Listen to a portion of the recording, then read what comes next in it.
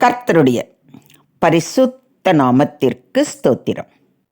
இன்றைய நாளின் தியானத்திற்கென்று தெரிந்து கொள்ளப்பட்ட வேத வசனம் அப்போஸ்தலனாகிய பவுல் பிலிப்பியருக்கு எழுதின நிருபம் 4 அதிகாரம் 13 பிலிப்பு 4:13. என்னை பலப்படுத்துகிற கிறிஸ்துவினாலே எல்லாவற்றையும் செய்ய எனக்கு பலன் உண்டு. ஆமென். இன்று நம்முடைய வாழ்க்கையில் மிகவும் அவசியமானது நமக்குள் உண்டாகிற பலன்தான். பலனும் பராக்கிரமமும் அனுதின காரியங்களை செய்வதற்கு மிகவும் அவசியமாக இருக்கிறது. வீட்டில் நமது கடமைகளை செய்ய, நம்முடைய வேலை ஸ்தலத்தில் வேலைகளை நன்கு செய்ய நமக்கு பலன் அவசியமாக இருக்கிறது. சத்துருக்களுக்கு முன்பாக எதிர்த்து நிற்பதற்கு பலன் தேவையாக இருக்கிறது. இந்த பலத்தை நமக்குள் பெருகச் செய்பவர் இன்றைக்கும் ஜீவிக்கிறவராகவே இருக்கிறார்.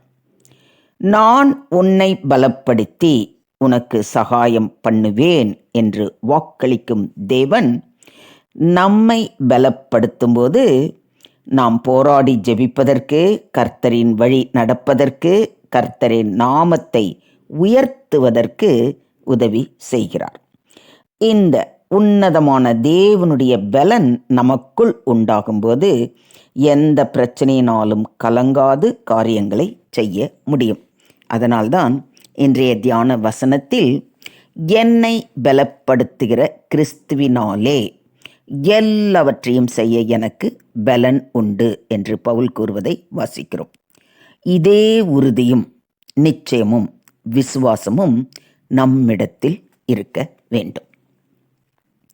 எவைகளிலெல்லாம் நமக்கு பலன் தேவை, அதை பெற்றுக்கொள்ள நாம் என்ன செய்ய வேண்டும் என்பதை குறித்து சற்று நேரம் தியானிப்போம். முதலாவது, சரீரத்தில் பலன் தேவை. கர்த்தருக்கு காத்திருக்கிறவர்களோ புது பலன் அடைந்து கழுகுகளைப் போல செட்டைகளை அடித்து எழும்புவார்கள்.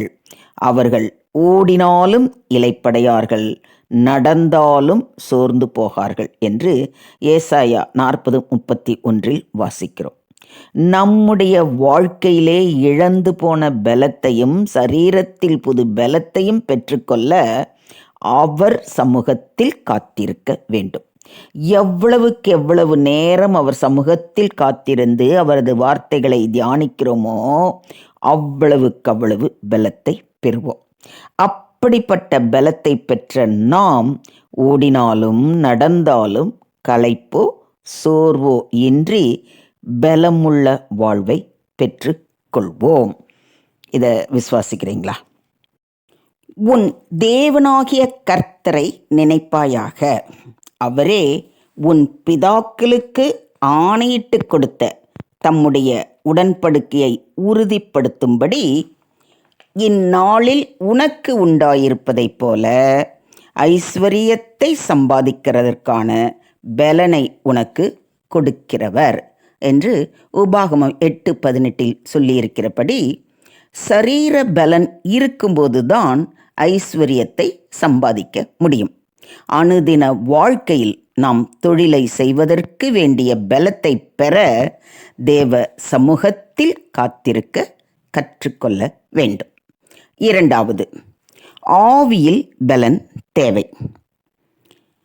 பரிசுத்த ஆவி உங்களிடத்தில் வரும்போது நீங்கள் பலன் அடைந்து எருசலேமிலும் யூதேயா முழுவதிலும் சமாரியாவிலும் பூமியின் கடைசி பரியந்தமும் எனக்கு சாட்சிகளாய் இருப்பீர்கள் என்று சொல்லப்பட்டிருப்பதை அப்போஸ்தலர் 1:8 வாசிக்கிறோம்.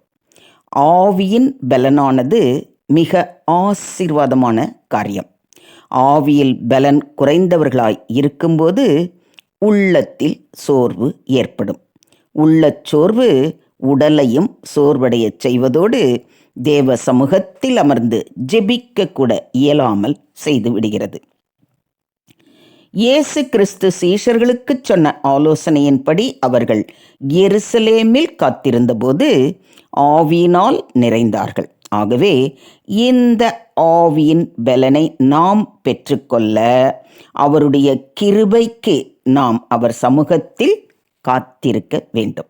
அப்பொழுது தம் கிருபையினாலே பரிசுத்த ஆவியை நமக்கு அருளி ஆவியிலே பலன் கொள்ள செய்கிறார்.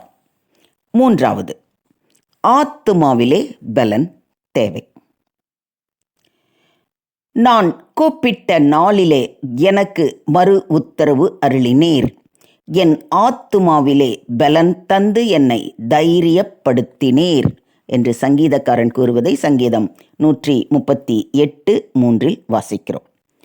ஆத்துமாவில் இன்று பலன் தேவையாய் இருக்கிறது. ஆத்துமாவில் பலன் இல்லை என்றால் பயம் நிறைந்த வாழ்க்கை உருவாகிவிடும். சின்ன காரியத்திலும் பயப்படுகிற மக்கள் ஏராளம்.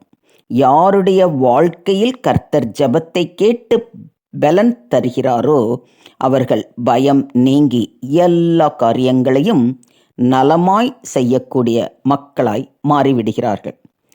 ஆத்துமாவில் உண்டாகிற பலனானது நமக்குள் மிகுந்த தைரியத்தை உண்டாக்குகிறது.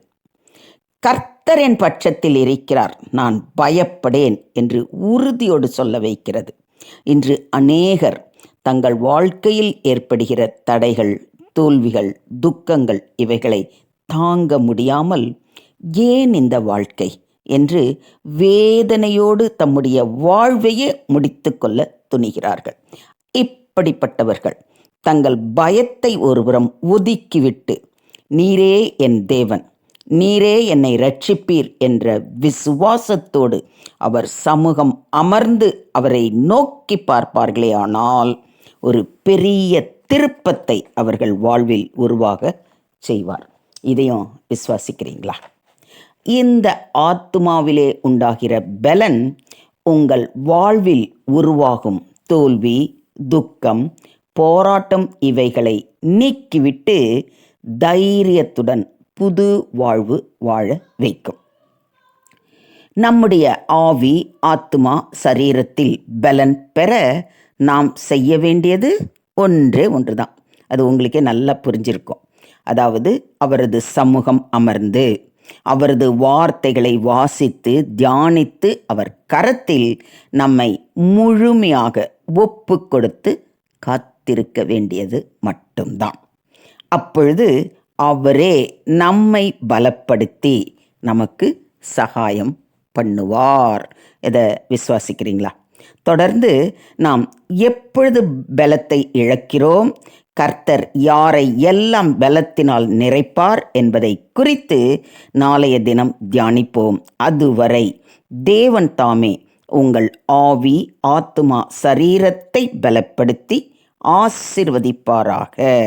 தேவனுக்கே மகிமை உண்டாவதாக. ஆமேன், ஆமேன், ஆமேன்.